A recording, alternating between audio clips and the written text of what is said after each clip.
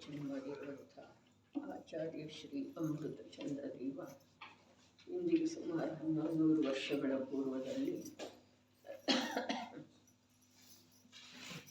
ಈ ಪುರುಷಾರ್ಥ ಸಿದ್ಧಿ ಉಪಾಯವೆಂಬ ಚರಣಾಯೋಗ ಪ್ರಧಾನ ಕೃತಿಯ ರಚನೆ ಮಾಡಿದ್ದರು. ಇದರ ಮೇಲೆ ಭಾಷಾ ಟೀಕೆ ರಚನೆ ಮಾಡ್ತಾ ಪಂಡಿತೋತ್ತಮರ ಕಾರ್ಯ ಪೂರ್ಣವಾಗುವ ಮೊದಲೇ ದೈವವಶರಾಗಿ ಹೋಗಿರುವುದರಿಂದ ಆ ಅಪೂರ್ಣ ಕಾರ್ಯವನ್ನು ದೌಲತರಾಮ್ ಕಾಸ್ಲಿವಾಲ್ ಅನ್ನುವಂಥ ಇನ್ನೋರ್ವ ಜ್ಞಾನಿ ಪುರುಷರ ಪೂರ್ಣ ಮಾಡಿ ಕೃತಿ ಜಿಜ್ಞಾಸು ಜೀವರುಗಳಿಗೆ ಸಮಗ್ರ ರೂಪದಿಂದ ಲಭಿಸುವಲ್ಲಿ ಸಹಕರಿಸಿದ್ದಾರೆ. ಸಮ್ಯಕ್ ಚಾರಿತ್ರದ ಅಧಿಕಾರ ನಡೀತಾ ಇದೆ. 155ನೇ ಶ್ಲೋಕ ಆಗಿದೆ ಅಂಥೇಳಿ ಅನ್ನಿಸ್ತಿದೆ. ಭಾವಾರ್ಥ ಓದಿದ್ರಾಯಿತು. ಈಗ 156ನೇ ಶ್ಲೋಕ. ಉಕ್ತೇನ ತತೋ ವಿಧಿನಾ ನೀತ್ವಾ ದಿವಸಂ ದ್ವಿತೀಯ ರಾತ್ರಿಂ ಚ ಅತಿವಾಹಯೇತ್ ಪ್ರಯತ್ನಾತ್ ಧರ್ಮ ಅರ್ಥಂ ಚ ತೃತೀಯಂ ದಿವಸಸ್ಯ. ತತಃ ಅದರ ನಂತರ ಉಕ್ತೇನ ಪೂರ್ವೋಕ್ತ ವಿಧಿನ ವಿಧಿಯಿಂದ ದಿವಸಂ ಉಪವಾಸದ ದಿವಸವನ್ನು ಚ ಮತ್ತು ದ್ವಿತೀಯ ರಾತ್ರಿ ಎರಡನೇ ರಾತ್ರಿಯನ್ನು ನೀತ್ವ ವ್ಯತೀತ ಮಾಡಿ ಚ ಪುನಃ ತೃತೀಯ ದಿವಸಸ್ಯ ಮೂರನೇ ದಿವಸದ ಅರ್ಧ ಭಾಗವನ್ನು ಕೂಡ ಪ್ರಯತ್ನ ಅತ್ಯಂತ ಪ್ರಯತ್ನಪೂರ್ವಕವಾಗಿ ಅತಿವಾಹಯೇತ್ ವ್ಯತೀತ ಮಾಡಬೇಕು. ಏನು ಹೇಳಿದರು? ಅದರ ನಂತರ ಪೂರ್ವೋಕ್ತ ವಿಧಿಯಿಂದ ಉಪವಾಸದ ದಿವಸವನ್ನು ಮತ್ತು ಎರಡನೇ ರಾತ್ರಿಯನ್ನು ವ್ಯತೀತ ಮಾಡಿ ಪುನಃ ಮೂರನೇ ದಿವಸದ ಅರ್ಧ ಭಾಗವನ್ನು ಅತ್ಯಂತ ಪ್ರಯತ್ನಪೂರ್ವಕವಾಗಿ ವ್ಯತೀತ ಮಾಡಬೇಕು. ಟೀಕೆ. ತತಃ ಉಕ್ತೇನ ವಿಧಿನ ದಿವಸಂ ನೀತ್ವಾ ಚ ದ್ವಿತೀಯ ರಾತ್ರಿಂ ನೀತ್ವಾ ಚ ತೃತೀಯ ದಿವಸಸ್ಯ ಅರ್ಧಂ ಪ್ರಯತ್ನಾತ್ ಅತಿವಾಹಯೇತ್. ಪುನಃ ಯಾವ ಪ್ರಕಾರ ಧರ್ಮಧ್ಯಾನಪೂರ್ವಕ ಮೊದಲನೇ ಅರ್ಧ ದಿವಸವನ್ನು ವ್ಯತೀತ ಮಾಡಲಾಗಿತ್ತೋ ಅದೇ ಪ್ರಕಾರ ಎರಡನೇ ದಿವಸವನ್ನು ಕೂಡ ವ್ಯತೀತ ಮಾಡಿ ಮತ್ತು ಹೇಗೆ ಸ್ವಾಧ್ಯಾಯಪೂರ್ವಕ ಮೊದಲನೇ ರಾತ್ರಿಯನ್ನು ಕಳೆಯಲಾಗಿತ್ತು ಹಾಗೆಯೇ ಎರಡನೇ ರಾತ್ರಿಯನ್ನು ಕೂಡ ವ್ಯತೀತ ಮಾಡಿ ಅತ್ಯಂತ ಪ್ರಯತ್ನಪೂರ್ವಕವಾಗಿ ಮೂರನೆಯ ಅರ್ಧ ದಿವಸವನ್ನು ಕೂಡ ವ್ಯತೀತ ಮಾಡಬೇಕಾಗುವುದು. ಭಾವಾರ್ಥ. ಯಾವ ಪ್ರಕಾರ ಧಾರಣಾದ ದಿವಸವನ್ನು ವ್ಯತೀತ ಮಾಡಲಾಗಿತ್ತು ಅದೇ ಪ್ರಕಾರ ಪಾರಣೆಯ ದಿವಸವನ್ನು ಕೂಡ ವ್ಯತೀತ ಮಾಡಬೇಕು. ಧಾರಣಾದಿಂದ ಹಿಡಿದು ಪಾರಣೆಯವರೆಗಿನ 16 ಪ್ರಹರದ ಸಮಯವನ್ನು ಎಂದರೆ 48 ಗಂಟೆಗಳನ್ನು ಶ್ರಾವಕನು ಒಳ್ಳೆಯ ಪ್ರಕಾರದ ಧರ್ಮಪೂರ್ವಕವಾಗಿ ನಡೆಯಬೇಕಾಗುವುದು. ಎಂದರೇನೇ ಅವನ ಉಪವಾಸ ಮಾಡುವುದು ಸಾರ್ಥಕವಿದೆ. ಏಕೆಂದರೆ ವಿಷಯ ಕಷಾಯಗಳ ತ್ಯಾಗ ಮಾಡುವ ಸಲುವಾಗಿ ಉಪವಾಸ ಮೊದಲಾದವನ್ನು ಮಾಡಲಾಗುತ್ತದೆ. ಏನು ಹೇಳಿದರು? ಈಗೇನು 16 ಪ್ರಹರದ 48 ಗಂಟೆಯಿಂದ ಉತ್ಕೃಷ್ಟ ಪ್ರೋಷಧ ಉಪವಾಸ ಇದೆ. ಅದರದ ನಿರೂಪಣೆ ಮಾಡಿದರು. ಒಂದು ಸಲ ಹೇಳಿದರೆ 12 ಗಂಟೆಗೆ ಮನೆ ಬಿಟ್ಟ ನಂತರ ಅವನು ಏನೇನು ಮಾಡ್ತಾನೆ, ಯಾವ ಪ್ರಕಾರ ಪ್ರತಿಜ್ಞಾಪೂರ್ವಕ ಪಂಚಪಾಪಗಳ ತ್ಯಾಗ ಮಾಡ್ತಾನೆ, ಪಂಚೇಂದ್ರಿಯಗಳಿಂದ ವಿಷಯಗಳಿಂದ ವಿರಕ್ತ ಇರ್ತಾನೆ, ಮನವಚನ ಕಾಯಗಳನ್ನು ವಶದಲ್ಲಿಟ್ಕೊಂಡಿರ್ತಾನೆ. ಹಾಗೆಯೇ ಅವ ಎರಡನೇ ದಿವಸ ಮತ್ತು ಮೂರನೇ ದಿವಸದ ಕೂಡ ಅರ್ಧ ದಿವಸ ವ್ಯತೀತ ಮಾಡ್ತಾನೆ ಅನ್ನೋದನ್ನು ಹೇಳಿದರು. ವಿಶೇಷ ಚರ್ಚೆ ಮಾಡಲಿಲ್ಲ.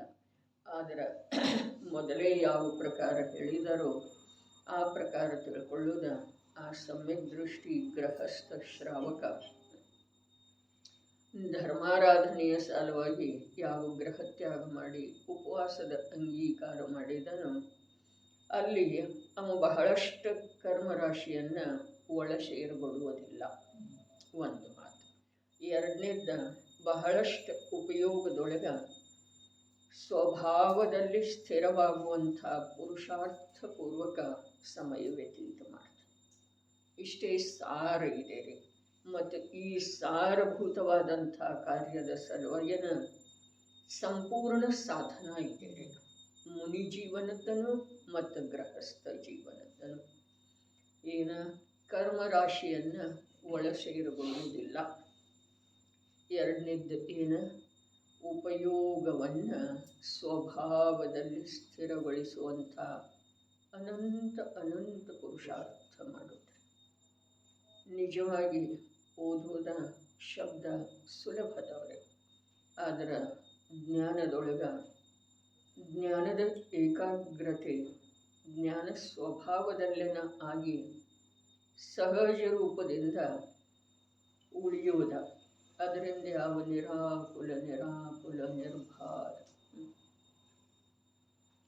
ದೇಹಾತೀತ ಸಂಯೋಗಾತೀತ ವಚನ ವಿಕಲ್ಪದಿಂದ ಅತೀತ ಮನೋವಿಕಲ್ಪಗಳಿಂದ ಅತೀತ ಅದೊಂದು ದಶ ಏನಿದೆ ನಿಜವಾಗಿನ ಅಪೂರ್ವ ಪುರುಷಾರ್ಥದಿಂದ ಪ್ರಾಪ್ತ ಆಗ್ತಿದೆ. ಮತ್ತು ಆ ದಶಾ ವಿಶೇಷದೊಳಗ ಯಾವ ಒಂದು ಸಾಧನೆ ಆಗ್ತಿದೆ ಅಂದರೆ ಅಥವಾ ಕಾರ್ಯದ ಸಿದ್ಧಿ ಆಗ್ತಿದೆ ಅಂದರೆ ಅದರ ಚರ್ಚೆ ಮಾಡೋದ ನಿಜವಾಗಿನ ನಮ್ಮಗಳಿಗೆ ಅಸಾಧ್ಯ ಕೋಟಿಯ ಮಾತು ಇದೆ. ಸಮಯಕ್ಕೆ ಜನನೇ ಬಲ್ಲಂ ಅಂಥೇಳಿ ಹೇಳಿದ್ರಲ್ಲ, ಒಂದೇ ಸಮ ಬಂದು ಬೀಳ್ತಾ ಇದೆ ಕರ್ಮದ ರಾಶಿ. ನೋಡ್ತಾ ಇದ್ದ ಹಾಗೆ ವಾರ ಉರುಳಿ ಹೋಯಿತು. ನಿವೃತ್ತಿ ತೆಗೆದ ಒಂದು ದಿವಸ ಸಲುವಾಗಿ ಅಲ್ಲಿ ಹೋಗಿದ್ದೆವು. ಆದರೆ ಈ ಶ್ರಾವಕ ಏನು ಮಾಡಿದ ಅದರೊಳಗಿನ ಒಂದು ಅಂಶರೇ ವಿಕಲ್ಪಾತ್ಮಕರೇ ನಮಗೆ ಲಾಭ ಆಗಿದೆ ಅನ್ನೋ ಒಂದಿಷ್ಟು ವಿಚಾರ ಮಾಡಿ ನೋಡುವುದ ಎಷ್ಟು ಕಷ್ಟದ ಕಾರ್ಯ ಇದೆ.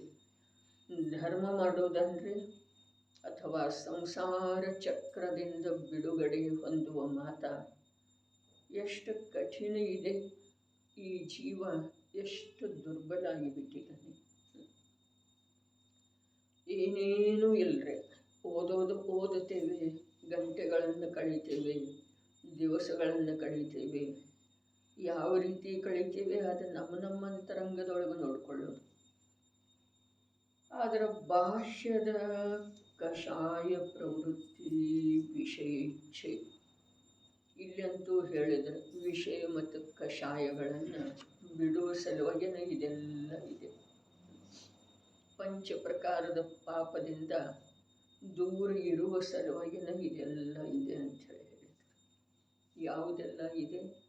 ಶ್ರಾವಕ ಜೀವನ, ಮುನಿ ಜೀವನ ಎರಡು ಸಾಧನ. ಅವು ಎರಡೇ ಅವಸ್ಥೆಯಲ್ಲಿ ಆಗ್ತಿದೆ ಅಲ್ಲ. ಸಾಧಿಸೋದೇನಿದೆ ಅಲ್ಲಿ? ಪಂಚಪಾಪಗಳಿಂದ ದೂರ ಇರೋದ, ವಿಷಯ ಕಷಾಯಗಳಿಂದ ರಹಿತ. ಶಬ್ದ ಬಹಳ ಸುಲಭ, ಆದರೆ ವಿಷಯ ಮತ್ತು ಕಷಾಯ ಅವುಗಳಿಂದ ಆಳ ಎಷ್ಟು ಇದೆ. ಪಂಚಪಾಪದೊಳಗೆ ಪ್ರವೃತ್ತಿ ಈ ಜೀವದ ಶರೀರಾಪೇಕ್ಷಾದಿಂದ ನಿಶ್ಚಲವಾಗಿ ಕುಳಿತಿದ್ರೂ ಕೂಡ ಪರಿಣಾಮದೊಳಗ ಎಷ್ಟು ತೀವ್ರ ಅಥವಾ ನಿರಂತರ ಕಾರ್ಯ ನಡೆದಿದೆ. ಪಂಚ ಪಾಪರೂಪದ ಪರಿಣಾಮ ಅದನ್ನು ಅಳತೆ ಮಾಡೋದ, ಅದರದ ಕಥನ ಮಾಡೋದ, ಇದು ಕೇವಲ ಸರ್ವಜ್ಞ ಪ್ರಭುವಿನಿಂದನ ಸಾಧ್ಯ ಇದೆ. ಅಂಶರೂಪದ ಕಥನ ಅಳತೆ ಮಾಡೋದ, ಸ್ಪಷ್ಟ ನೋಡೋದ, ಇದು ಕೇವಲ ಜ್ಞಾನಕ್ಕನ ಸಾಧ್ಯ ಇದೆ. ಮತ್ತು ಅದನ್ನು ಒಂದು ಅಂಶ ರೂಪದಿಂದ ತಿಳಿದ ತನ್ನ ಜೀವನದೊಳಗ ಬದಲಾವಣೆ ತಂದುಕೊಳ್ಳುವುದ ಆ ಈರ್ವರ ಸಾಧಕರಿಂದನ ಸಾಧ್ಯ ಇದೆ. ಒಬ್ಬ ಶ್ರಾವಕ, ಒಬ್ಬ ಸರ್ವಸಂಗತಿಯಾಗಿ ಆದಂಥ ಹೇಗಿದೆ ಪಾಪ ಭಾವನ 5 ಪ್ರಕಾರದ ಪಾಪ ಹೇಳಿದ್ದಾರೆ. ಹೇಗಿದೆ ಅವರು ಎಲ್ಲ ಬಿಟ್ಟಿದ್ದಾರಲ್ಲ, ಪಂಚಪಾಪದ ಸರ್ವಥಾ ತ್ಯಾಗಿ ಇದ್ದಾರಲ್ಲ. ಮಹಾವೃತ್ತಿ ಅಂತಂದ್ರೆ ಏನು? ಪಂಚಪಾಪಗಳನ್ನು ಪೂರ್ಣ ರೂಪದಿಂದ ಬಿಟ್ಟು. ಆದರೆ ನಕುಲ ಸಹದೇವರಿಗೆ ಯಾವ ಭಾವ ಆಯ್ತದ? ಪಾಪಿತ್ತನ ಪುಣ್ಯತ್ತರೆ ಪಾಪಿತ್ತನು ಪುಣ್ಯತ್ತನು ಧರ್ಮಿತ್ತನು. ಯಾವ ಮುನಿಗಳಿಗೆ ಬಂದಿರುವಂಥ ಉಪಸರ್ಗಕ್ಕೆ ಸಂಬಂಧಿಸಿದ ಹಾಗೆ ವಿಕಾರದ ಭಾವ ಉತ್ಪನ್ನ ಆಯ್ತಲ್ಲ, ವಿಕಾರದಲ್ಲ ನಾವು ದಯೆ ಅನ್ರಿ, ವಾತ್ಸಲ್ಯ ಅನ್ರಿ, ಏನೇ ಅನ್ರಿ, ವಿಕಾರನ ಇದೆಲ್ಲ ಈ ಜೀವದ ಹೃದಯ ಸ್ವೀಕಾರ ಮಾಡೋದು ಕಠಿಣ. ಅದೇನಿತ್ತು? ಪಾಪನ ಇತ್ತು. ಗುಣಭದ್ರಾಚಾರ್ಯರು ಹೇಳುವ ಹಾಗೆ ಲೋಕದೊಳಗ ಯಾವ ಲೋಕವನ್ನು ಸರ್ವಜ್ಞ ಪ್ರಭು ಹೇಳಿದರೋ ಆ ಲೋಕ. ನಾವು ಯಾವ ಲೋಕದೊಳಗೆ ಬಾಳ್ತಾ ಇದ್ದೇವೆ, ನಾವು ಯಾವುದನ್ನು ಲೋಕ ಅಂತ ಹೇಳಿ ತಿಳಿದಿದ್ದೇವೆ ಆ ಲೋಕ ಅಲ್ಲ. ಲೋಕದೊಳಗ ಎರಡೇ ಪ್ರಸಿದ್ಧ ಇದ್ದಾವೆ ಅಂಥೇಳಿ ಹೇಳಿದರು ಗುಣಭದ್ರಾಚಾರ್ಯ. ಏನು? ಒಂದು ಧರ್ಮ, ಒಂದು ಪಾಪ. ಧರ್ಮದಿಂದ ವಿರುದ್ಧ ಏನಿದೆ ಅದು ಪಾಪ ಇದೆ. ನಿಜವಾಗಿ ಈ ಜೀವಕ್ಕ ಅನಾದಿ ಸಂಸ್ಕಾರದಿಂದ ಪುಣ್ಯದೊಳಗಿನ ರುಚಿ ಉಳ್ಕೊಂಡದ್ದ ಇದೆ. ಆ ಪುಣ್ಯವನ್ನು ಯೋಗೇಂದು ದೇವ್ ಹೇಳಿದರು, ಕುಂದು ದೇವ್ ಹೇಳಿದರು. ಪಾಪಾಲ ಪಾಪ ಚಮಣತಿ ಸರ್ವಲೋಕಯ ಜಗತಾತ ಪುಣ್ಯಾಲ ಜೋ ಪಾಪಮಣಿ ತೋ ಜ್ಞಾನೀಯ ಲೋಕ. ಯೋಗೇಂದು ದೇವ್ ಹೇಳಿದರು. ಭಗವಾನ್ ಕುಂದ ದೇವ್ ಹೇಳಿದರು, ಯಾವುದು ಭವದೊಳಗನ ಪ್ರವೇಶ ಮಾಡ್ತಿದೆ ಅದನ್ನು ಸುಶೀಲ ಹೇಗೆ ಅನ್ನೋದ. ದೃಷ್ಟಾಂತ ಕೊಟ್ಟು ಹೇಳಿದರು, ಚಿನ್ನದ ಸಂಕಲೆ ಮತ್ತು ಲೋಹದ ಸಂಕಲೆ ಪುರುಷನನ್ನು ಬಂಧಿತನ ಮಾಡ್ತಿದೆ. ಅದು ಪುರುಷಾರ್ಥಾತ್ ಜೀವ ಬಂಧನಕ್ಕೊಳಪಡಿಸ್ತಿದೆ. ಅದು ಪುಣ್ಯ ಪರಿಣಾಮ ಮತ್ತು ಪಾಪ ಪರಿಣಾಮ ಎರಡು. ಅವು ಎರಡರಿಂದ ಮೇಲೆದ್ದು ಹೋಗುವುದ ಇದು ಯಾವನೋ ವಿರಳ ಪುರುಷಾರ್ಥಿ ಜೀವದಿಂದನೂ ಸಾಧ್ಯ ಇದೆ. ಧರ್ಮ ಆ ಎರಡರಿಂದ ತೀರ ಭಿನ್ನ ಇದೆ. ತೀರ ಭಿನ್ನ ಅಂದ್ರೆ ಹೇಗ? ಇದು ಬೇರೆ ಇದು ಬೇರೆ ಹೀಗೆ ಅಂದ್ರೆ ಭಿನ್ನ ಅಂದ್ರೆ ಹೇಗ? ವಿರುದ್ಧ ಇದೆ. ವಿರುದ್ಧ ಇದೆ. ಅತತ್ವ ಶ್ರದ್ಧೆ ಅಥವಾ ವಿಪರೀತ ಮನ್ನಣೆ ಅಥವಾ ಆಗಮಿಕ ಶಬ್ದದಲ್ಲಿ ಮಿಥ್ಯಾತ್ವ ಅಂತ ಹೇಳಿದರೆ ಆ ಮಿಥ್ಯಾತ್ವದ ಪರಿಭಾಷೆ ಏನಿದೆ? ವಸ್ತು ಸ್ವರೂಪದಿಂದ ವಿರುದ್ಧವಾದಂಥ ಶ್ರದ್ಧೆ. ಹೌದೇನಿಲ್ಲ? ವಸ್ತು ಸ್ವರೂಪ ಯಾವ ಪ್ರಕಾರ ಇದೆಯೋ ಅದರಿಂದ ವಿರುದ್ಧವಾದಂಥ ತಿಳುವಳಿಕೆ, ಜ್ಞಾನ. ಹಾಗಾದರೆ ಪುಣ್ಯ ಬಂಧದ ಸ್ವರೂಪದಿಂದ ಇದ್ರೂ ಕೂಡ, ದುಃಖ ಮತ್ತು ದುಃಖದ ಕಾರಣ ಇದ್ರೂ ಕೂಡ ಅದನ್ನು ಮುಕ್ತ ಸ್ವರೂಪ ಅಥವಾ ಮೋಕ್ಷದ ಕಾರಣ ಅಂಥೇಳಿ ತಿಳಿಯೋದ ಇದನ್ನಿದೆ ಮಿಥ್ಯಾತ್ವ ಇದೆ. ಅರೆ ತಿಳಿಯುವಿಕೆಯೊಳಗಿದೆ ಮಿಥ್ಯಾತ್ವ, ಶ್ರದ್ಧೆ ಮಾಡುವುದರೊಳಗಿದೆ ಮಿಥ್ಯಾತ್ವ. ಮಿಥ್ಯಾತ್ವ ಅಂತಂದ್ರೆ ಶಾರೀರಿಕ ಕ್ರಿಯಾ ವಿಶೇಷದೊಳಗಿಲ್ಲ. ಈ ಜೀವಕ್ಕ ಆ ತಿಳಿಯುವ ರೂಪದ, ಶ್ರದ್ಧಾ ಮಾಡುವ ರೂಪದ, ಅರ್ಥಾತ್ ದರ್ಶನ ಜ್ಞಾನ ರೂಪದ, ಆ ದರ್ಶನಕ್ಕೆ ನಾವು ಶ್ರದ್ಧೆ ಅಂಥೇಳಿ ಹೇಳಿದ್ರೂ ಸರಿ, ಸಾಮಾನ್ಯ ಅವಲೋಕನ ಅಂಥೇಳಿ ಹೇಳಿದ್ರು ಸರಿ. ಆದರೆ ದರ್ಶನ ಜ್ಞಾನ ಸ್ವರೂಪದ ಯಾವ, ದರ್ಶನ ಜ್ಞಾನ ಸ್ವಭಾವದ ಯಾವ ತನ್ನ ರೂಪ ಇದೆಯೋ ಅದರ ಸ್ವೀಕಾರ ಆಗೋದ, ಅದರ ಲಕ್ಷ್ಯದೊಳಗೆ ಬರೋದ ಅತ್ಯಂತ ಕಠಿಣ. ಜೀವನ ಹೊರಟು ಹೋಗ್ತಾ ಇದೆ, ಅಧ್ಯಯನ ಮಾಡ್ತಾ ಇದ್ದೇವೆ, ವಾಚನ ಮಾಡ್ತಾ ಇದ್ದೇವೆ, ಬಹಳಷ್ಟು ಶಬ್ದಗಳದ್ದು ಶಬ್ದಾರ್ಥವನ್ನು ಕೂಡ ಅಂಶ ರೂಪದಿಂದ ತಿಳಿತಾ ಇದ್ದೇವೆ. ಬಹಳಷ್ಟು ಶಬ್ದಗಳದ್ದ ಶಬ್ದಾರ್ಥವನ್ನು ಅಂಶ ರೂಪದಿಂದ ತಿಳಿತಾ ಇದ್ದೇವೆ. ಭಾವಾರ್ಥದವರೆಗೆ ಹೋಗೋದ ಈ ಜೀವನದ ನಮಗೆ ತಮಗೆ ಸಿಕ್ಕಿರುವಂಥ ಈ ಸುಂದರ ಸನ್ನಿವೇಶದ ಸಾರ ಇದೆ ರೀ. ಏನ? ಭಾವಾರ್ಥದವರೆಗೆ. ಜಗತ್ತು ಹೀಗೆ ನಡೆಯೋದ, ಶರೀರದ ಸ್ವರೂಪ ಹೀಗೆ ಇರೋದ, ಕರ್ಮದ ಸ್ವರೂಪ ಹೀಗೆ ಸಮಯಕ್ಕೆ ಚಿತ್ರ ವಿಚಿತ್ರ ಬೇರೆ ಬೇರೆ ಆಗ್ತಾ ಇರುತ್ತೆ. ಅದರ ಜೊತೆಗೆ ಎಷ್ಟೊಂದು ಏಕಾಗೋದಿದ್ದೇವೆ, ಎಷ್ಟು ಕಾಲದಿಂದ ಏಕಾಗ್ತಾ ಇದ್ದೇವೆ. ಯಾವುದರ ಜೊತೆಗೆ? ಸಂಯೋಗದ ಜೊತೆಗೆ, ಶರೀರದ ಜೊತೆಗೆ, ಕರ್ಮದ ಉದಯ. ಅರೆ, ಈ ಪುಣ್ಯ ಮತ್ತು ಪಾಪದ ಮಧ್ಯದೊಳಗಿನ ಭೇದ ಅಳಿಸಬೇಕಾದ್ರೆ ಮೂಲ ಏನಾಗಬೇಕಾಗೋದಂತಂದ್ರೆ ಪಾಪ ಬಹುಪಾಲ ನಮ್ಮ ಜೀವನದೊಳಗಿಂದ ಬಿಟ್ಟು ಹೋಗ್ಬೇಕಾಗುತ್ತೆ. ಏನು ಹೇಳಿತು? ಲಕ್ಷ್ಯದೊಳಗೆ ಬಂತು. ಪುಣ್ಯ ಮತ್ತು ಪಾಪದೊಳಗಿನ ಭೇದ ನಮ್ಮ ಬುದ್ಧಿಯೊಳಗಿಂದ ಅಳಿಸಿ ಹೋಗಬೇಕಾದ್ರೆ ನಮ್ಮ ಜೀವನದೊಳಗಿನ ಪಾಪ ಬಹುಪಾಲ ಬಿಟ್ಟು ಹೋಗ್ಬೇಕಾಗುತ್ತೆ. ಅವಾಗನ ಅದರ ಮಧ್ಯದೊಳಗಿನ ಏನು ಭೇದ ಇದೆಯಲ್ಲ ಅದು ಅಳಿಸಿ ಹೋಗ್ತಿದೆ. ಭೇದ ಅಂದ್ರೆ ಇದು ಬಿಡ್ಲಿಕ್ಕೆ ಯೋಗ್ಯ, ಇದು ಮಾಡಲಿಕ್ಕೆ ಯೋಗ್ಯ. ಯಾವುದು ಬಿಡ್ಲಿಕ್ಕೆ ಯೋಗ್ಯ? ಪಾಪ ಬಿಡ್ಲಿಕ್ಕೆ ಯೋಗ್ಯ, ಪುಣ್ಯ ಮಾಡಲಿಕ್ಕೆ ಯೋಗ್ಯ. ಆ ಪ್ರಕಾರದ ಭೇದ, ಅರೆ ಆ ಪ್ರಕಾರದ ವ್ಯತ್ಯಾಸ ದೃಷ್ಟಿಯೊಳಗಿಂದ ಹೋಗಬೇಕಾದ್ರೆ ನಮ್ಮ ಜೀವನದೊಳಗಿಂದ ಬಹಳಷ್ಟು ಪಾಪ ಹೋಗಬೇಕಾಗ್ತದೆ. ಯಾವ ಪ್ರಕಾರದ ರಹಸ್ಯವನ್ನು ಒಳಗೊಂಡದ್ದು ಇದೆ, ಯಾವ ಪವಿತ್ರ ಮಾತ ಯಾವ ಭೂಮಿಕೆಯೊಳಗೆ ತಿಳಿತಿದೆ, ಯಾವ ಸೂಕ್ಷ್ಮ ಮಾತ ಎಂಥ ಜ್ಞಾನಕ್ಕೆ ವಿದಿತ ಆಗ್ತಿದೆ. ಕ್ಷಯೋಕ್ಷಮ ಜ್ಞಾನ ಎಲ್ರದ್ದು ಸಮಾನ ಇರಬಹುದು. ಸಮಾನನೇ ಇದೆ ಅಂದ್ರೆ ಏನು ಹೆಚ್ಚು ಕಡಿಮೆ ಇದೆ. ಸಂಜ್ಞೆ ಪಂಚೇಂದ್ರಿಯದ ಅಪೇಕ್ಷಾದಿಂದ ಸಮಾನನೇ ಇದೆ. ಅದರೊಳಗೆ ಏನು ಹೆಚ್ಚು ಕಡಿಮೆ ಮಾತಿದೆ? ಸಂಜ್ಞೆ ಪಂಚೇಂದ್ರಿಯ ಜೀವರುಗಳಿಂದ ಜ್ಞಾನದ ಕ್ಷಯೋಕ್ಷಮ ಜ್ಞಾನದ ವಿಕಾಸ ಸಮಾನ ಇದೆ. ಆದ್ರೆ ಆ ಕ್ಷಯೋಕ್ಷಮ ಜ್ಞಾನದೊಳಗ ಯಾವುದನ್ನ ಗ್ರಹಣ ಮಾಡೋದು ಇದೆಯೋ ಅರೆ ಎಲ್ಲ ಕಡೆಗೇನು ಬರ್ತಾ ಇದೆ. ಸಂಪದದೊಳಗೆ ಬರ್ತಾ ಇದೆ, ಕಲಶದೊಳಗೆ ಅಮೃತಪ್ರಾಯವಾಗಿ ಬರ್ತಾ ಇದೆ. ಭೂರಿ ಭೂರಿ ತುಂಬಿ ತರ್ತಾ ಇದ್ದಾರೆ ಅಮೃತವನ್ನು.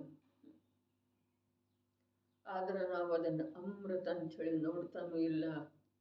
ನಮ್ಮ ಭವರೋಗವನ್ನು ನಿವಾರಣೆ ಮಾಡುವ ಸಲುವಾಗಿ ಅದನ್ನು ಆನಂದದಿಂದ ಸ್ವೀಕಾರ ಮಾಡ್ತಾನೂ ಇಲ್ಲ.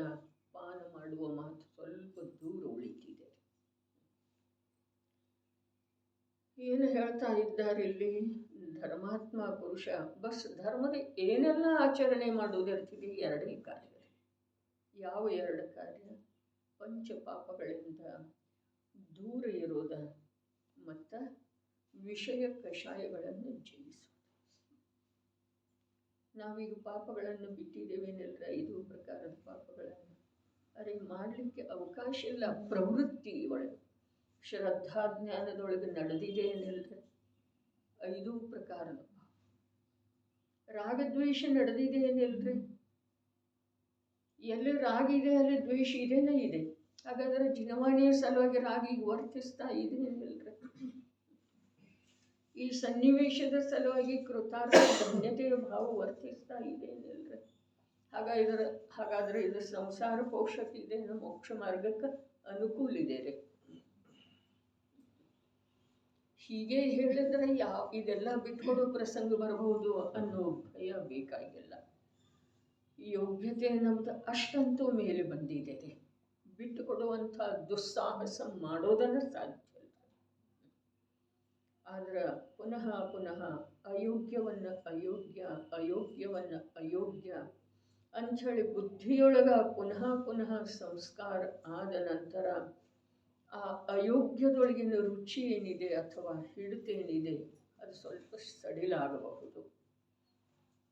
ಅದು ಸಡಿಲ ಆದ ನಂತರ ಹಾಗೆಯೇ ಮುಂದುವರೆದ್ರೆ ಒಂದು ಸ್ವಲ್ಪ ಆ ಅಶುದ್ಧತೆ ಅಥವಾ ಯಾವುದು ಇದೆಯಲ್ಲ ದೋಷ, ಯಾವುದು ಅಯೋಗ್ಯ ಇದೆಯಲ್ಲ, ಯೋಗ್ಯ ಇದೆಯಲ್ಲ, ಅದು ಬಿಟ್ಟು ಹೋಗಬಹುದಾಗಿದೆ. ಚರ್ಚೆ ಇಷ್ಟೇ ಇದೆ ಇಲ್ಲಿ. ಯಾಕೆ ಹೇಳಲಿಲ್ಲ? 48 ಗಂಟೆ ಹೇಳಿದ್ರ ಕಾರ್ಯ ಎಷ್ಟದ್ದು ಹೇಳಿದರೆ 6 ಗಂಟೆಗೆ ಮತ್ತು 12 ಗಂಟೆದು ಕೆಲಸ ಹೇಳಿದ್ದಾರೆ. 18 ಗಂಟೆ ಚರ್ಚೆ ಮಾಡಿದರು. 48 ಗಂಟೆ, ಉಳಿದ 20 ಗಂಟೆ ಚರ್ಚೆ ಮಾಡಲಿಲ್ಲ, ಅದರ ಹಾಗೆ ಅಂಥೇಳಿ ಹೇಳಿದರು. ಕೊನೆಗೆ ಸಾರಾಂಶ ಏನು ಹೇಳಿದರ್ರಿ? ಸಾರಾಂಶ ಏನು ಹೇಳಿದರು? ಬರೀ ಸಾಧನೆ ಇವು ಎರಡೇ ಕಾರ್ಯದ ಸಲುವಾಗಿ, ಒಂದು ವಿಷಯ ಕಷಾಯವನ್ನು ಬಿಡುವ ಸಲುವಾಗಿ ಎಷ್ಟು ಹೋಗಿದೆ ನಮ್ಮಿಂದ. ಅರೆ ನೋಡ್ರಿ, ಆತ್ಮ ಅಮೂರ್ತ ಇದ್ದಾನೆ, ಅಮೂರ್ತ ಇದ್ದಾನೆ, ಅತೀಂದ್ರಿಯ ಇದ್ದಾನೆ, ಅವ್ಯಾಬಾಧ ಇದ್ದಾನೆ. ಈ ಪ್ರಕಾರದ ಪ್ರತ್ಯಕ್ಷ ಅನುಭವ ಬಾರದ ವಿನಃ ಈ ಮೂರ್ತ ಪದಾರ್ಥಗಳ ಕಡೆಗಿರುವಂಥ ಅಥವಾ ಇಂದ್ರಿಯಗಳ ವಿಷಯಗಳ ಕಡೆಗಿರುವಂಥ ಜ್ಞಾನದ ರುಚಿ, ಬಾಧೆಗಳಿಂದ ಒಳಗಾಗಿರುವಂಥ, ಬಾಧೆಗಳಿಂದ ಸುತ್ತುವರಿಯಲ್ಪಟ್ಟಿರುವಂಥ ಸಂಯೋಗಗಳ ರಾಗ ಈ ಜೀವದ ಬಿಟ್ಟು ಹೋಗ ಸಾಧ್ಯ. ಒಂದೇ ಒಂದು ಕಾರ್ಯ ಆಗಬೇಕಾಗಿದೆ. ಏನು? ಆತ್ಮ ಹೇಗಿದ್ದಾನೋ ಹಾಗೆ ನಮ್ಮ ಜ್ಞಾನದೊಳಗ ತಿಳಿದು ಬರಬೇಕಾಗಿದೆ. ನಕಾರಾತ್ಮಕ ವಿಚಾರ ಇಲ್ಲ, ಸಕಾರಾತ್ಮಕ ಕಾರ್ಯ ಆಗಬೇಕಾಗಿದೆ. ನಕಾರಾತ್ಮಕ ವಿಚಾರದಿಂದ ಫಲಿಸೋದೇನೂ ಇಲ್ಲ. ಕಾರ್ಯ ಸಕಾರಾತ್ಮಕ ಆಗಬೇಕಾಗಿದೆ. ಏನ? ನಾನು ಯಾರು, ನಾನು ಎಂಥವಿದ್ದೇನೆ, ನನ್ನಲ್ಲಿ ಎಂಥ ಗುಣಗಳಿದ್ದಾವೆ, ಆ ಗುಣಗಳ ಪ್ರಕಟತೆಯ ಸಲುವಾಗಿ ಯಾವ ನಿಮಿತ್ತಗಳದ ಅವಲಂಬನೆ ನನಗೆ ಸದೈವ ಇರಬೇಕು. ನಿಮಿತ್ತದಿಂದ ಕಾರ್ಯ ಆಗುವುದಿಲ್ಲ. ಗುಣಗಳಂತೂ ಅಂಶ ರೂಪದಿಂದ ಪ್ರಕಟನೆ ಇದ್ದಾವೆ. ಆ ಪ್ರಕಟ ಇರುವಂಥ ಗುಣಗಳನ್ನು ವಿರುದ್ಧ ರೂಪದಿಂದ ನೋಡ್ತಾ ಇದ್ದೇವೆ. ಜ್ಞಾನದರ್ಶನ ಪ್ರಕಟ ಇದೇನಿಲ್ರಿ, ಅದನ್ನು ಹೇಗೆ ನೋಡ್ತಾ ಇದ್ದೇವೆ? ಹೇಗೆ ನೋಡ್ತಾ ಇದ್ದೇವೆ? ಅಶುದ್ಧ ಭಾವದಿಂದ ಕೂಡಿ ನೋಡ್ತಾ ಇದ್ದೇವೆ. ಅಶುದ್ಧ ಭಾವ ಯಾವುದ? ಮತ್ತೆ ಅದನ್ನೇ ಕೆಣಕಬೇಕಾಗ್ತಿದೆಯಲ್ಲ. ಅಶುದ್ಧ ಭಾವ ಯಾವುದ? ಯಾವುದ್ರೆ? ಶುಭ. ಹರೇ ಚೈತನ್ಯ ಸ್ವಭಾವದ ಸ್ವೀಕಾರ ಎಲ್ಲಿವರೆಗೆ ಇಲ್ಲ, ಅಲ್ಲಿಯವರೆಗೆ ಈ ಶುಭದೊಳಗಿನ ಪಕ್ಷ ಕಮ್ಮಿ ಆಗೋ ಸಾಧ್ಯ. ಶುಭದೊಳಗೆ ಎಲ್ಲಿಯವರೆಗೆ ನಮ್ಮದು ರುಚಿ ಇದೆಯೋ ಅಲ್ಲಿಯವರೆಗೆ ಅಶುಭ ಅದಕ್ಕೆ ಹೊಂದಿಕೊಂಡದ್ದನೇ ಇದೆ. ಅಶುಭ 2ನೇ 3ನೇ ಅಧ್ಯಾಯದೊಳಗ ಪಂಡಿತ್ ಟೋಡರ್ ಮಲ್ಲರ ಮೋಕ್ಷ ಮಾರ್ಗ ಪ್ರಕಾಶಕದಲ್ಲಿ ಯಾವ ಕರ್ಮಗಳ ಸ್ವರೂಪದ ನಿರೂಪಣೆ ಮಾಡಿದ್ರು. 3ನೇ ಅಧ್ಯಾಯದೊಳಗೆ ಕರ್ಮಗಳ ಸ್ವರೂಪದ ನಿರೂಪಣೆ ಮಾಡಿದರು. ಯಾವ ಕರ್ಮದ್ದು ಎಷ್ಟು ಬಲಾಬಲ ಇದಾವೆ ಅನ್ನೋದು ಹೇಳಿದರು. ಪ್ರತಿಯೊಂದು ಕರ್ಮದ ಉದಯದೊಳಗೆ ಶುಭ ಕರ್ಮದ ಉದಯ ಇರಲಿ, ಅಶುಭ ಕರ್ಮದ ಉದಯ, ದರ್ಶನ ಮೋಹದ ಉದಯ ಇರಲಿ, ಚಾರಿತ್ರ ಮೋಹದ ಉದಯ ಇರಲಿ, ಪ್ರತಿಯೊಂದು ಕರ್ಮದೊಳಗ ಯಾವ ಪ್ರಕಾರದ ದುಃಖ ಇದೆ ಮತ್ತು ಯಾವ ಪ್ರಕಾರ ಸುಖದ ಕಲ್ಪನೆ ಇದೆ ಈ ಜೀವಕ್ಕೆ. ಬಹಳ ಸುಂದರ. 1 ವಾರ ಆಯಿತು ಓದಲಿಕ್ಕೆ ಹೇಳಿ. ಸ್ಪರ್ಶಂತೂ ಮಾಡಿದ್ದೀರ, ತೆಗೆದಿದ್ದೀರ, ವಿಷಯ ಇನ್ನೂ ಅಲ್ಲಿವರೆಗೆ ಬಂದಿರಲಿಕ್ಕಿಲ್ಲ ಬೇಕಾದ್ರೆ.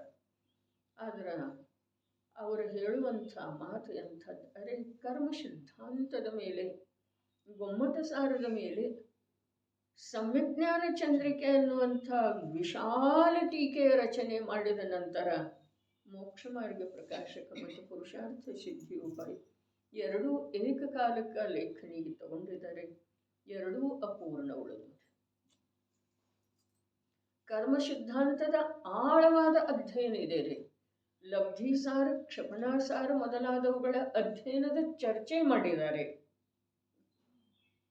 ಹಾಗಾದ್ರೆ ಅವರ ಪ್ರತಿಯೊಂದು ಕರ್ಮದ ಬಗ್ಗೆ, ಪ್ರತಿಯೊಂದು 8 ಕರ್ಮದ ಚರ್ಚೆ ಮಾಡಿದ್ದಾರೆ. ಅದರಲ್ಲಿರುವಂಥ ಭೇದಾಭೇದದ ವಿವೇಚನೆ ಮಾಡಿದ್ದಾರೆ. ಆದರೆ ಪ್ರತಿಯೊಂದಕ್ಕೂ ಸಾರ ತಾತ್ಪರ್ಯ ಏನು ತೆಗೆದಿದ್ದಾರೆ ಅನ್ನೋದನ್ನು ತಾವು ಓದಿ ನೋಡಬೇಕು. ತಾತ್ಪರ್ಯ ತೆಗೆದಿದ್ದಾರೆ, ಸಮ್ಯಕ್ ದರ್ಶನಾದಿಗಳ ಆಗದ ವಿನಃ ಇದರದ ಪರಿಹಾರ ಇಲ್ಲ ಅಂತ.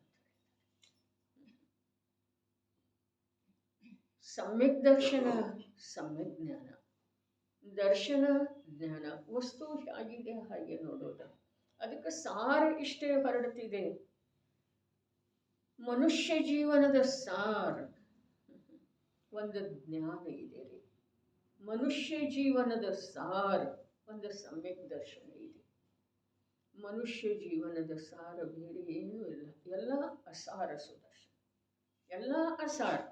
ಏನು ಮಾಡಿದರೂ ಕೂಡ ಕೊನೆಗೆ ಒಂದು ದಿವಸ ಎಲ್ಲ ಸಂಯೋಗದಿಂದ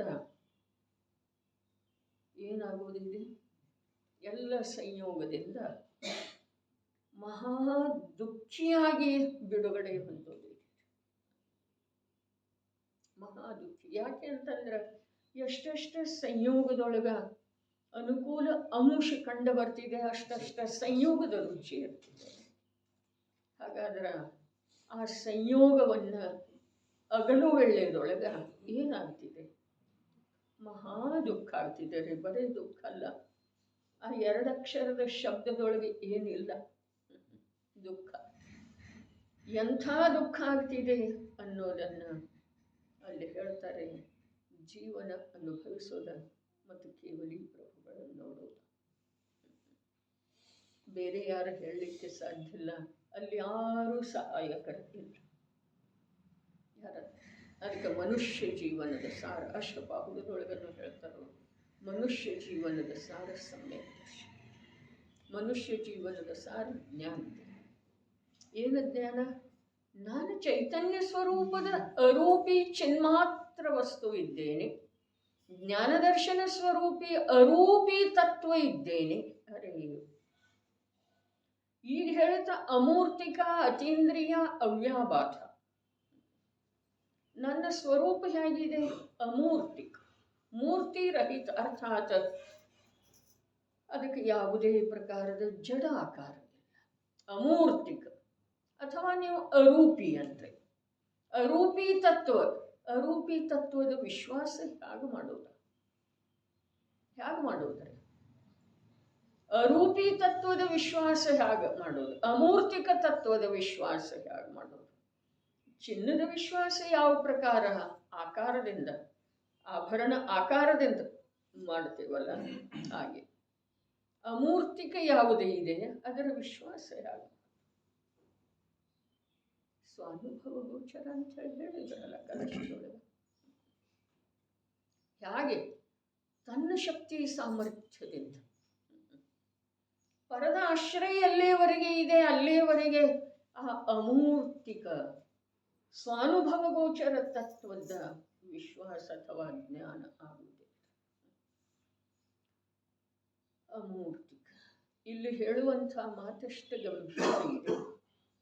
ಚರ್ಚೆ ಏನೂ ಮಾಡಿಲ್ಲ, ಅದೇ ಪ್ರಕಾರ ತಿಳಿಯೋದಂತ ಹೇಳಿದರು.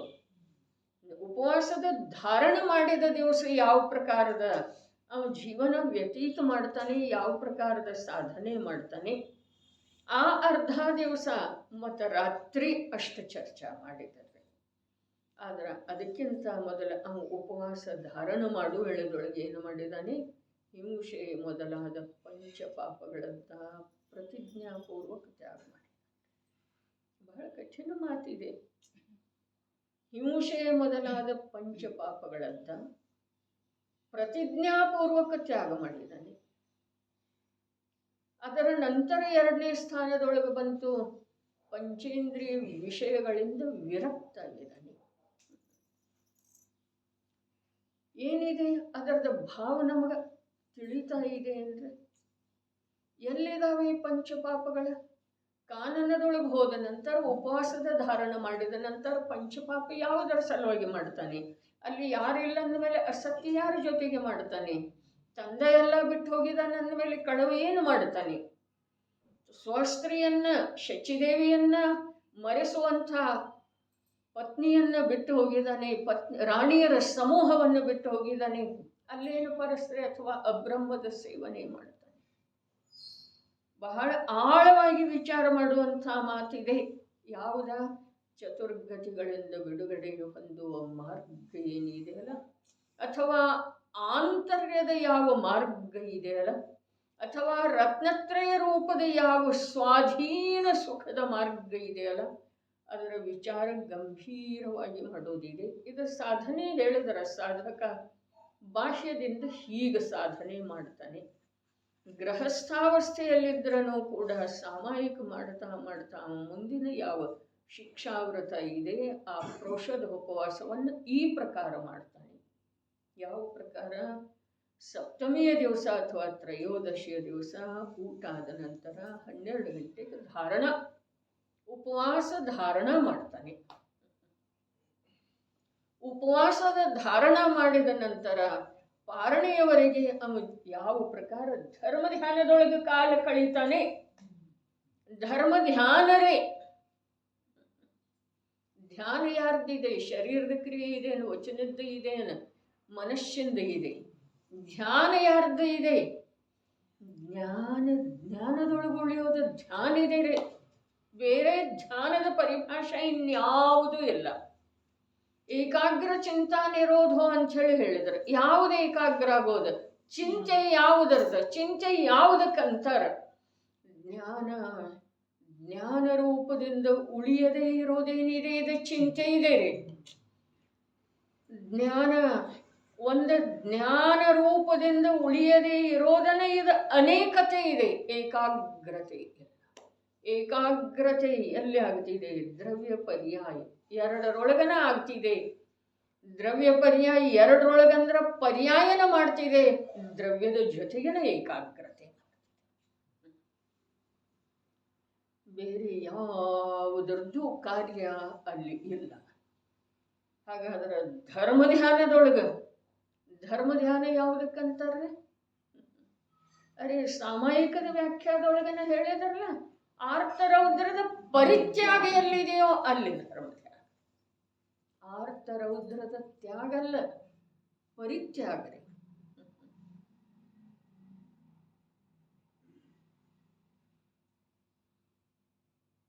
ಹೇಗಿರ್ಬೇಕು ಅವನ ಶ್ರಾವಕರೇ? ಅವನ ಅಂತರಂಗ ಹೇಗಿರ್ಬೇಕು? ಅದಕ್ಕೆ ಹೇಳಿತು, ಯಾವ ಪವಿತ್ರತೆಯ ಮಾತು ತಿಳಿಯಬೇಕಾದ್ರೆ ಯಾವ ಪ್ರಕಾರದ ಯೋಗ್ಯತೆ ಬೇಕೋ ಅದರದ್ದು ನಮ್ಗೆ ಅರಿವು ಬೇಕು. ಯಾವ ಸೂಕ್ಷ್ಮ ಮಾತು ತಿಳಿಬೇಕಾದ್ರೆ ಜ್ಞಾನದೊಳಗೆ ಎಂಥದ್ದೊಂದ ಬಂದಿರಬೇಕು ಸಾಮರ್ಥ್ಯ, ಅದರದ್ದು ನಮಗೆ ಪರಿಚಯ ಬೇಕು. ನಾವು ಏನು ಮಾಡಲಿಕ್ಕೆ ಹೊರಟಿದ್ದೇವೆ, ಏನು ಮಾಡ್ತಾ ಇದ್ದೇವೆ ಅಂತ ಹೇಳಿ ತಿಳ್ಕೊಂಡಿದ್ದೇವೆ, ನಿಜವಾಗಿ ಏನು ಇದ್ದೇವೆ ಅಥವಾ ಏನು ಮಾಡ್ತಾ ಇದ್ದೇವೆ. ಏನು ಮಾಡಲಿಕ್ಕೆ ಹೊರಟಿದ್ದೇವೆ ಒಂದು ಮಾತು, ಏನು ಮಾಡ್ತಾ ಇದ್ದೇವೆ ಅಂಥೇಳಿ ನಮಗೆ ಕಲ್ಪನೆ ಅಥವಾ ನಮ್ದು ಧಾರಣ ಇದೆ, ಇವು ಎರಡು ಮಾತು. ಆದರೆ ನಾವು ಏನಿದ್ದೇವೆ, ಎಲ್ಲಿದ್ದೇವೆ, ಏನು ವಾಸ್ತವದಲ್ಲಿ ಮಾಡ್ತಾ ಇದ್ದೇವೆ. ನಾವು ತಿಳಿದಿದ್ದೇವೆ ಏನೋ ಮಾಡ್ತಾ ಇದ್ದೇವೆ ಅಂಥೇಳಿ. ನಮ್ಮ ಧ್ಯೇಯ ಏನೋ ಇದೆ ರೀ. ಅದರ ಧ್ಯೇಯ ಉಳಿತು ಒಂದು ಕಡೆಗೆ, ನಮ್ಮ ಗಮನ ಅದರ ವಿರುದ್ಧ ದಿಕ್ಕಿನಿಂದ ನಡೆದು ಪಂಚಪಾಪದ ತ್ಯಾಗ. ಅಲ್ಲಿ ಪಂಚಪಾಪ ಏನಾಗುವುದವು ವಿಚಾರ ಮಾಡಬೇಕಲ್ಲ. ವಿಷಯ ಕಷಾಯದಿಂದ ದೂರ ಉಳಿಯುವ ಉದ್ಯಮಲ್ಲಿ ಏನು ಮಾಡ್ತಾನೆ? ವಿಷಯ ಕಷಾಯ ಎಲ್ಲದವ್ರಿ ವಿಷಯ ಕಷಾಯ?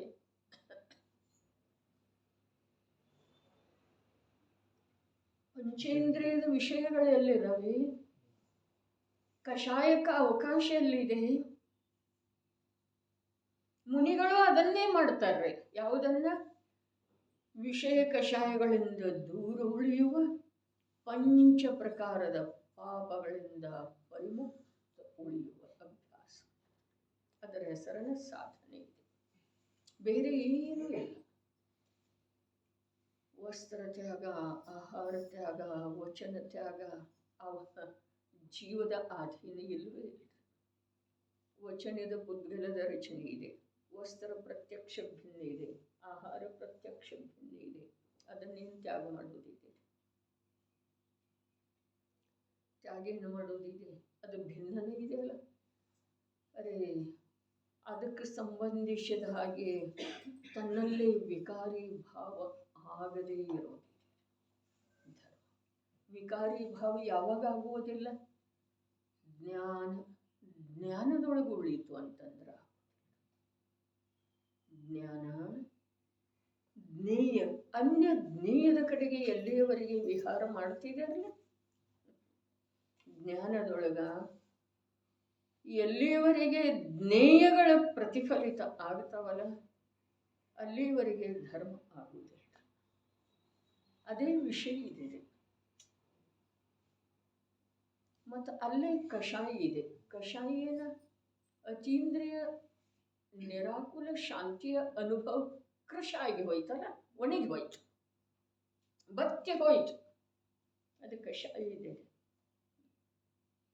ಇನ್ನೊಂದ್ಸಲ, ಜ್ಞಾನ ಅನ್ಯ ಜ್ಞೇಯಗಳಲ್ಲೇ ವಿಹರಿಸೋದು ಅಥವಾ ಜ್ಞಾನದೊಳಗೆ ಪರಜ್ಞೇಯಗಳ ಪ್ರತಿಫಲಿತ, ಅದೇನಿದೆ? ವಿಷಯ ಇದೆ. ಅಲ್ಲೇನಾಯಿತು? ಕಷಾಯ ನಿರಾಕುಲ ಆತ್ಮಿಕ ಆನಂದ ಏನಿದೆ ಅದು ಕೃಷ ಆಗಿ ಹೋಯ್ತು, ಒಣಗಿ ಹೋಯ್ತು.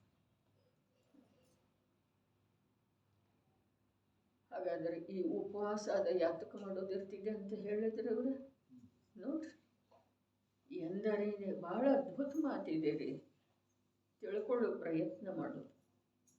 ಶ್ರಾವಕರು ಒಳ್ಳೆಯ ಪ್ರಕಾರದ ಧರ್ಮಪೂರ್ವಕವಾಗಿಯೇ ಕಳೆಯಬೇಕಾಗುವುದು. ಏನ? 16 ಪ್ರಕಾರದ ಸಮಯ. ಎಂದರೇನೆ ಅವನ ಉಪವಾಸ ಮಾಡುವುದು ಸಾರ್ಥಕವಿದೆ, ಸಾರ್ಥಕವಿದೆ, ಅರ್ಥ ಸಹಿತ. ಏಕೆಂದರೆ ವಿಷಯ ಕಷಾಯಗಳ ತ್ಯಾಗ ಮಾಡುವ ಸಲುವಾಗಿಯೇ ಉಪವಾಸ ಮೊದಲಾದವನ್ನು ಮಾಡಲಾಗುತ್ತದೆ. ಒಂದು ವಿಷಯ ಕಷಾಯದ ತ್ಯಾಗ ಆಗುವುದ ಈ ಜೀವದ ಸಲುವಾಗಿ ಆತ್ಮನ ಅನುಭೂತಿ ಆದ ನಂತರ ಕೂಡ ಕಷ್ಟದ ಕೆಲಸ.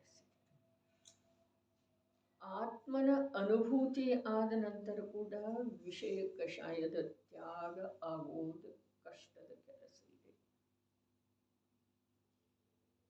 ನಕುಲ ಸಹದೇವರ ಜೀವನದೊಳಗೆ ಏನಾಯಿತು? ಭಾವದೇವನ ಜೀವನದೊಳಗೆ ಏನಾಯಿತು?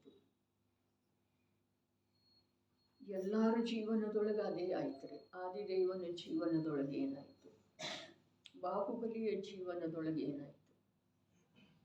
ಸ್ಥೂಲ ರೂಪದಿಂದ ಅದರ ಮೇಲೆ ಬೆಳಕು ಚೆಲ್ಲಿದರನೂ ಕೂಡ 1 ವರ್ಷದವರೆಗೆ ಕೇವಲ ಜ್ಞಾನ ಬಾಹುಬಲಿ ಕುಮಾರನಿಗೆ ಯಾಕಾಗಲಿಲ್ಲ? 83 ಲಕ್ಷ ಪೂರ್ವ ಆಯುಷ್ಯ ಗೃಹಸ್ಥಾವಸ್ಥೆಯಲ್ಲಿ ಕಳೆದರನೂ ಕೂಡ ಸಂಯಮ ಧಾರಣ ಮಾಡುವ ಭಾವ ತಾನಾಗೇ ಯಾಕೆ ಬರಲಿಲ್ಲ ಆದಿದೇವ? ಇನ್ನೇನ ಅರ್ಧ ನಿಮಿಷದೊಳಗೆ ಕೇವಲ ಜ್ಞಾನ ಆಗ್ತಿದೆ ಅನ್ನುವಂಥ ಉತ್ಕೃಷ್ಟ ಮುನಿ ಧರ್ಮದ ಅಂಗೀಕಾರ, ಆಚರಣೆ, ಸಾಧನೆ ಆಗಿರುವಳ್ಳದೊಳಗೂ ಕೂಡ ಆಯುಪೂರ್ಣ ಆಗಿ ಹೋದ ನಂತರ 7 ಸಾಗರದವರೆಗೆ ಸಮ್ಯಕ್ ದರ್ಶನ ಅಂದ್ರೆ ಏನು, ಆತ್ಮ ಅಂದ್ರೆ ಏನು ಅನ್ನೋದು ಅವರ ಲಕ್ಷ್ಯದೊಳಗನ ಬರಲಿ. ಇದಕ್ಕೆ ಏನಿದೆ? ಏನು ಹೇಳ್ತಿದೆ? ಈ ವಿಷಯ ಕಷಾಯಗಳನ್ನು ಜಯಿಸೋದ ಇಷ್ಟು ಕಠಿಣ. ಅಜ್ಞಾನಿಗಲ್ಲ, ಪರಿಣಾಮ ವಿಚಿತ್ರ. ಪರಿಣಾಮ ಮೋಕ್ಷ ಮಾರ್ಗ ಪ್ರಕಾಶಕರೊಳಗೆ देखो ಪರಿಣಾಮ ವಿಚಿತ್ರ. ಏನು ಹೇಳಿದರಲ್ಲಿ? ಯಾವ ಸಮ್ಯಕ್ ದೃಷ್ಟಿ ಅದನ್ನು ನಾವು ವ್ರತಾದಿಗಳನ್ನು ಮಾಡದಿದ್ದರೂ ಕೂಡ ಅಲ್ಲಿ ಅಭಿಪ್ರಾಯ ಬೇರೆ ಇದೆ. ಅದರ ಪರಿಣಾಮದ ವಿಚಿತ್ರ. ಒಂದು ವೇಳೆ ಗೃಹಸ್ಥನಿದ್ದರೂ ಎಂದೂ ಗ್ರಹದಾಸಕ್ತನಾಗನು ಅಂಥೇಳಿ ಹೇಳಿದ್ರಲ್ಲ, ಅವನ ಮಾತಿದೆ ಈಗ. ಏನ? ವಿಷಯ ಕಷಾಯಗಳನ್ನು ತ್ಯಾಗ ಮಾಡುವ ಸಲುವಾಗಿನ ಈ ಉಪವಾಸಾದಿಗಳ. ಹಾಗಾದ್ರೆ ಆ ನಗ್ನ ದಿಗಂಬರ ದೀಕ್ಷೆ ಯಾವುದರ ಸಲುವಾಗಿದೆ? ಇದೇ ವಿಷಯ ಕಷಾಯ ತ್ಯಾಗ ಸಲುವಾಗಿ.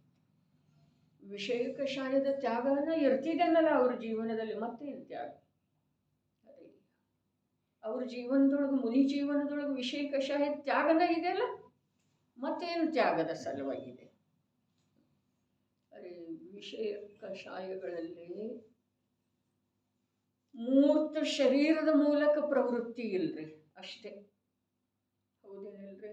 ಇನ್ನೊಂದ್ಸಲ, ಈ ಮೂರ್ತ ಶರೀರ, ಅದರ ಸಲುವಾಗಿನ ಶಬ್ದ ಹೇಳಿದೆನು, ಏನ ಅಮೂರ್ತ ಅತೀಂದ್ರಿಯ ಅವ್ಯಾಬಾಧ ಸ್ವರೂಪ ಆತ್ಮ.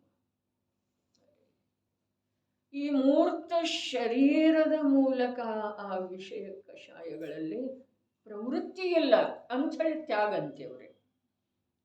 ಹಾಗಾದ್ರೆ ಅವರ ಅಂತರಂಗದೊಳಗೆ ಇದೆಯೇನ ವಿಷಯ ಕಷಾಯದ ನಿಖರವಾಗಿ ಅವರ ಅಂತರಂಗದೊಳಗ ಭಾವ ಇಲ್ಲದಿದ್ರೂ ಕೂಡ ಎಲ್ಲಿ ಅತೀಂದ್ರಿಯದ ವಿಷಯನಾದಂಥ ನಿರಾಕುಲ ಸುಖ ಸ್ವರೂಪಿಯಾದಂಥ ಅವ್ಯಾಬಾಧ ಸುಖ ಸ್ವರೂಪಿ ಆದಂಥ ಆ ಅರೂಪಿ ಅಮೂರ್ತ ಆತ್ಮನೊಳಗ ಎಲ್ಲಿಯವರೆಗೆ ಸ್ಥಿರತೆ ಆಗುವುದಿಲ್ಲವೋ ಅಲ್ಲಿಯವರೆಗೆ ಅವರಲ್ಲಿ ವಿಷಯ ಕಷಾಯ ಇದೆ ಅಂಥೇಳಿ ಜ್ಞಾನಿಗಳ ಹೇಳ್ತಾರೆ. ನಮಗೆ ತಿಳಿದಿದ್ರೆ ಅದು ಅವರ ಜವಾಬ್ದಾರಿ ಅಲ್ಲ, ನಾವು ತಿಳಿದು ತಗೊಳ್ಳೋದಿದೆ ಏನು ಹೇಳಿದ್ದಾರೆ ಅನ್ನೋದು. ವಿಷಯ ಮತ್ತು ಕಷಾಯ ಚಕ್ಷು ಇಂದ್ರಿಯದ ಮೂಲಕ, ಇಂದ್ರಿಯ ಜ್ಞಾನದ ಮೂಲಕ ಯಾವುದು ಅದ ಲಕ್ಷ್ಯದೊಳಗೆ ಬಂತಲ್ಲ, ಯಾವುದ ಭೀಮ ಅರ್ಜುನ ಧರ್ಮರಾಜನಿಗೆ ಉಪಸರ್ಗ ಆಗ್ತಾ ಇರೋದ ಈ ಈರುವರ ಕಿರಿಯ ಸಹೋದರ ಮುನಿಗಳಿಗೆ ಲಕ್ಷ್ಯದೊಳಗೆ ಬಂತು. ಅದು ಇಂದ್ರಿಯದ ವಿಷಯ ಇದೆ, ಅತೀಂದ್ರಿಯದ ವಿಷಯ, ಇಂದ್ರಿಯದ ವಿಷಯ. ಅದರಲ್ಲಿ ಅವ್ಯಾಬಾಧ ಸ್ವರೂಪಿ ಅಮೂರ್ತ ಆತ್ಮನ ಒಂದು ಸಮಯ ಇರಲಿ ಅಥವಾ ಅರ್ಧ ಸಮಯ ಇರಲಿ ಅದರದ್ದು ಬಿಟ್ಟು ಹೋಗಿದೆ ಏನಿಲ್ರಿ. ಅಮೂರ್ತ ಆತ್ಮ ಅವ್ಯಾಬಾಧ ಆತ್ಮನ ಯಾವ ಜ್ಞಾನ ಇದೆ ಅದು ಅಷ್ಟು ಕುಂದಿದೆ ಏನಿಲ್ರಿ. ಅದಕ್ಕೆ ಏನಂದ್ರು ವಿಷಯ. ಅದರಿಂದ ಅವ್ರದ್ದು ಹಿಂಸೆ ಆಯ್ತೇನಿಲ್ರಿ, ಅವ್ರದ್ದಲ್ಲ. ಧರ್ಮರಾಜ ಅರ್ಜುನ ಭೀಮಂದಲ್ಲ, ಹಿಂಸೆ ಯಾರ್ದಾಯ್ತು? ನಕುಲ ಸಹದೇವ. ಅವ್ರದ್ದು ಆಗಲಿಲ್ಲ ಅಂಥೇಳಿ ಅವರು ಮೋಕ್ಷಕ್ಕೆ ಹೊರಟು ಹೋದರೆ ಅವರಲ್ಲಿ ಹಿಂಸಾದಿ ಪಂಚ ಪಾಪಗಳು ತಲೆದೋರಲಿಲ್ಲ, ವಿಷಯ ಕಷಾಯನೂ ಅವರೊಳಗೆ ಮುಖ ಎತ್ತಲಿಲ್ಲ ಅಂಥೇಳಿ ಅವರು ಮೋಕ್ಷಕ್ಕೆ ಹೋದರು. ಇವರು ಮೂವರು ಯಾವ ಕಾರಣದಿಂದ ಉಳಿದ್ರು? ಒಂದು ಚಕ್ಷು ಇಂದ್ರಿಯದ ವಿಷಯದೊಳಗ ಅವರ ಒಂದು ಸಮಯ ಅರ್ಧ ಸಮಯ ಏನು ಬಂದರೂ ಮಹಾಪರಾಧ ಆಗಿ ಹೋಯ್ತಾರೆ. ಏನು ಅಪರಾಧ ಆಯಿತು? 33 ಸಾಗರೋಪಮ ಕಾಲದವರೆಗೆ 7ನೇ ಗುಣಸ್ಥಾನ ಯೋಗ್ಯ ಅಂತರಂಗ ಪರಿಶುದ್ಧಿ ಬಿಟ್ಟು ಹೋಗಿ 4ನೇ ಗುಣಸ್ಥಾನಕ್ಕೆ ಇಳೀತು. 33 ಸಾಗರೋಪಮ ಆಯು ಆ ಅವಸ್ಥೆಯೊಳಗೆ ವ್ಯತೀತ ಮಾಡಬೇಕು. ನಂತರ ಅಲ್ಲಿ ಆಯು ಪೂರ್ಣ ಆದ ನಂತರ ಮಾತೆ ಗರ್ಭದೊಳಗೆ ಅಂತರಂಗದೊಳಗೆ ಅಂತರಂಗದ ಧ್ಯಾನದಿಂದ ಕಾಣುವರು ಆ ಅಶರೀರಿಯನ್ನು ಲಜ್ಜಾಸ್ಪದದ ಜನ್ಮ ಧರಿಸಲು ಕುಡಿಯರು ಜನನಿ ಕ್ಷೀರು. ಎಂಥ ಮಾತು! ಆ ನಕುಲ ಸಹದೇವರ ಪ್ರಶಂಸಾರ್ಹ ಕಾರ್ಯ ಮಾಡಿದರು ಅಥವಾ ಲಜ್ಜಾಸ್ಪದ ಕಾರ್ಯಕ್ಕೆ ಗುರಿಯಾದರು. ಅವ್ರ ಕಥೆ ಹೇಳೋದು ದೊಡ್ಡ ಮಾತಲ್ಲ. ಅವ್ರದ್ದು ನಾವಿಲ್ಲಿ ಭೀಮಾರ್ಜುನ ಆ 3 ಮುನಿಗಳಿಗಿಂತ ಈ ಮುನಿಗಳ ಕಮ್ಮಿ ಅಂಥೇಳಿ ಹೇಳುವ ಮಾತಿಲ್ಲ. ಅಂತರಂಗದ ಪರಿಣಾಮದ ಸೂಕ್ಷ್ಮತೆಯ ಸೂಕ್ಷ್ಮ ಅಶುದ್ಧ ಪರಿಣಾಮದೊಳಗೂ ಕೂಡ ಇಷ್ಟ ಸಾಮರ್ಥ್ಯ ಇದೆ.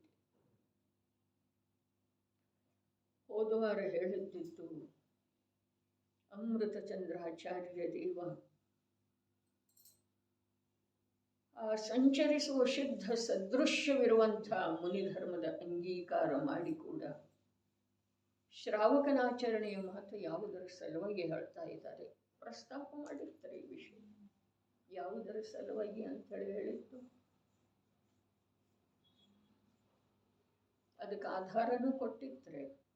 ದೌಲತರಾಮ ಮೊದಲಾದ ಇತ್ತೀಚಿನ ಜ್ಞಾನಿಗಳ ಪ್ರಗಟ ರೂಪದಿಂದ ಸಂಸಾರ ದುಃಖ ಹೇಳುವಳದೊಳಗ ನಿಗೋಧದಿಂದ ಆರಂಭ ಮಾಡಿದ್ದಾರೆ. ಇದಕ್ಕೆ ಕಾರಣ ಏನಿದೆ? ನಿಗೋಧದ ಧ್ಯಾನ ಮಾಡೋದಿದೆ. ಏನು ಮಾಡೋದಿದೆ? ನಿಗೋಧದ ಸ್ವರೂಪ ನಮಗೆ ಹೇಳೋ ಅವಶ್ಯಕತೆ ಏನಿತ್ತು? ಅವರಿಗೆ ಏನು ಅವಶ್ಯಕತೆ ಇತ್ತು? ಅರೆ ನೀ ಅಲ್ಲಿಂದ ಬಂದಿದೆಯಪ್ಪ, ಯಾರ್ದೂ ಸಹಾಯ ಇಲ್ಲದ ಬಂದಿದೆ, ಇಲ್ಲೇನು ಮಾಡಬೇಕು ನೋಡು.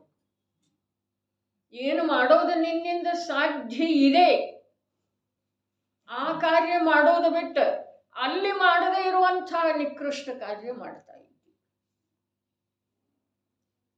ಅಲ್ಲಿ ಮಾಡದೇ ಇರುವಂಥದ್ದೇನ, ಅಲ್ಲಿ ಕಾರ್ಯ ಮಾಡಿದಿ, ಅಲ್ಲಿಂದ ಮೇಲೆದ್ದು ಇಲ್ಲಿಯವರೆಗೆ ಬರುವಂಥದ್ದು. ಇಲ್ಲಿ ಕಾರ್ಯ ಏನು ಮಾಡ್ತಾ ಇದ್ದಿ?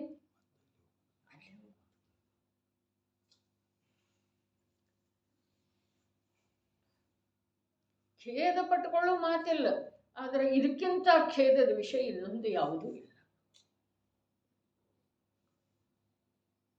ಏನಿದೆ? ನಿಗೋದದೊಳಗೆ ಯಾರ್ದೂ ಸಹ ಇಲ್ಲ. ಅವಸ್ಥಾ ಎಂಥದ್ದಿತ್ತು, ಎಂಥದ್ದಿತ್ತು.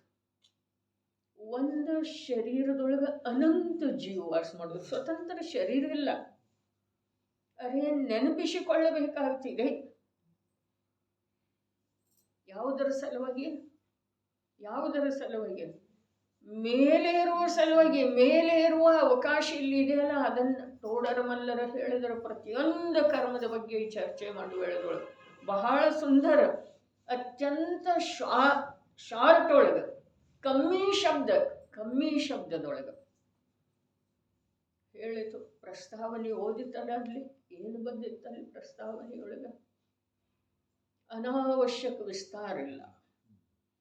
ಎಲ್ಲಿ ವಿಷಯದ ಸ್ಪಷ್ಟೀಕರಣ ಮಾಡಬೇಕು ಅಲ್ಲಿ ಯಾವುದೇ ಪ್ರಕಾರದ ವಿಚಾರ ಇಲ್ಲದನ್ನು ಸ್ಪಷ್ಟೀಕರಣ ಮಾಡಿದರೆ ಅದು ಸ್ಪಷ್ಟ ಆಗುವಷ್ಟು. ಒಂದು ಶಬ್ದ ಕಮ್ಮಿ ಇಲ್ಲ, ಒಂದು ಶಬ್ದ ಅಧಿಕ ಇಲ್ಲ. ಅರೆ ಪ್ರಸ್ತಾವನೆಯೊಳಗೆ ಏನಿದೆ ಓದಿ ಆಗಿತ್ತಲ್ಲಿ, ಆದರೆ ಯಾರ್ಯಾರ್ದು ಉಪಯೋಗ, ಎಷ್ಟೆಷ್ಟು ರುಚಿಪೂರ್ವಕ ಅಥವಾ ಯಾವ್ಯಾವ ವಿಷಯದ ಮೇಲೆ ನಿಂತಿತು ಅದಕ್ಕೆ ಅವರವರೇ ಹೊಣೆ. ಕಾರ್ಯಕ್ರಮಗಳ ಆಗ್ತವೆ, ನೂರಾರು ಸಾವಿರಾರು ಜನರು ಭಾಗವಹಿಸ್ತಾರೆ, ಅದರ ಲಾಭ ಎಷ್ಟೆಷ್ಟು ಮಾಡ್ಕೊಳ್ತಾರೆ ಅದು ಅವರವರಿಗೆ ಬಿಟ್ಟಿದ್ದು ವಿಷಯ. ಅವರವರಿಗೆ ಸ್ವಾಧೀನ ಇದೆ ರೀ ಅದನ್ನು ಯಾರೂ ಅನ್ಯರು ಮಾಡಿಸೋದು ಸಾಧ್ಯ ಇಲ್ಲ. ಆ ಕಾರ್ಯಕ್ರಮದ ಆಯೋಜಕರದ ಹೊಣೆಗಾರಿಕೆ ಅಲ್ಲದ. ಒಂದು ದಿವಸದ ಅದನ್ನು ಅಲ್ಲಿ ಹೇಳಿತು. ದೊಡ್ಡ ದೊಡ್ಡ ತುಂಡ ಆಯುವಿನ ತುಂಡರಿಸಿ ಹೋಗ್ತಾ ಇದ್ದ. ವಿಷಯ ಕಷಾಯಗಳಿಂದ ಪ್ರತ್ಯಕ್ಷ ಈ ಮೂರ್ತಿಕ ದೇಹದ ಮೂಲಕ ನಿವೃತ್ತಿ ತಗೊಂಡು ಏನು ಸಾಧಿಸಿದೆವು ನೋಡ್ಕೋಬೇಕಾಗಿದೆ. ಪ್ರತಿಯೊಂದಕ್ಕೆ ಫಲ ಹೀಗೆ ಮಾಡ್ರೆ ಹೀಗಾಗ್ತಿದೆ, ಹೀಗೆ ಮಾಡ್ರೆ ಹೀಗೆ. ಸಂಸಾರದೊಳಗೆ ವಿಚಾರ ಮಾಡ್ತೀವಲ್ಲ, ಇಲ್ಲಿ ಧನವನ್ನು ತೊಡಗಿಸಿದ್ರೆ ಇಷ್ಟ ಲಾಭ ಆಗ್ತಿದೆ, ಈ ಕ್ಷೇತ್ರದೊಳಗೆ ಧನವನ್ನು ತೊಡಗಿಸಿದರೆ ವರ್ಷಕ್ಕೆ ಇಂತಿಷ್ಟು ಲಾಭ ಆಗ್ತಿದೆ, ಇದರಲ್ಲಿ ಶ್ರಮ ಇಷ್ಟಿದೆ, ಎಲ್ಲ ವಿಚಾರ ಮಾಡ್ತೇವಲ್ಲ. ಹಾಗಾದರೆ ಇಲ್ಲಿ ಚೈತನ್ಯ ಧನವನ್ನು, ಮನುಷ್ಯ ಜೀವನವೆನ್ನುವಂಥ ಅದ್ಭುತವಾದ ಸ್ವಂತ ನಿಧಿಯನ್ನು ತೊಡಗಿಸ್ಬೇಕಾದ್ರೆ ವಿಚಾರ ಮಾಡಬೇಕು ಅಥವಾ ಬೇಡ್ರಿ ಅಂತ ಹೋದೆವು ಬಂದೆವು ಮಾಡ್ತಾ ಇಲ್ರಿ. ಇಷ್ಟ ಹೇಳಿ ಸಂಕ್ಷಿಪ್ತದೊಳಗೆ ತಗೊಂಡ್ರು. ಧಾರಣಾರ್ ದಿವಸ ಯಾವ ಪ್ರಕಾರ ಹೇಳಿದೆ ಅದೇ ಪ್ರಕಾರ ಧರ್ಮದೊಳಗೆ ಕಳೀತಾನ. ಏನ ಧರ್ಮ, ಒಳ್ಳೆಯ ಪ್ರಕಾರದ ಧರ್ಮಪೂರ್ವಕವಾಗಿ ಕಳೆಯುವುದು. ಒಳ್ಳೆಯ ಪ್ರಕಾರದ ಧರ್ಮ ಯಾವುದ? ಒಳ್ಳೆಯ ಪ್ರಕಾರದ ಶ್ರಾವಕಿರು ಎಳೆದಳು ಕೂಡ ಮುನಿ ಹಾಗೆ, ಅದು ಒಳ್ಳೆಯ ಪ್ರಕಾರದ ಧರ್ಮ. ಒಳ್ಳೆಯ ಪ್ರಕಾರದ ಧರ್ಮ ಯಾರಲ್ಲೇ ಇದೆ? ಮುನಿಯಲ್ಲೇ ಇದೆ, ಶ್ರಾವಕನಲ್ಲೇ ಇಲ್ಲ. ಅದರದ ಅಭ್ಯಾಸ ಮಾಡಿ ನಾವು ರೂಢಿ ಮಾಡಿಕೊಂಡು ಕರಗತ ಮಾಡಿಕೊಂಡು ಹಾಗೆ 4-6 ಬಾರಿ ಮಾಡಿದ ಅಂತಂದ್ರೆ ಅವ ಮನೆಗೆನ ಬರುವುದಿಲ್ಲ.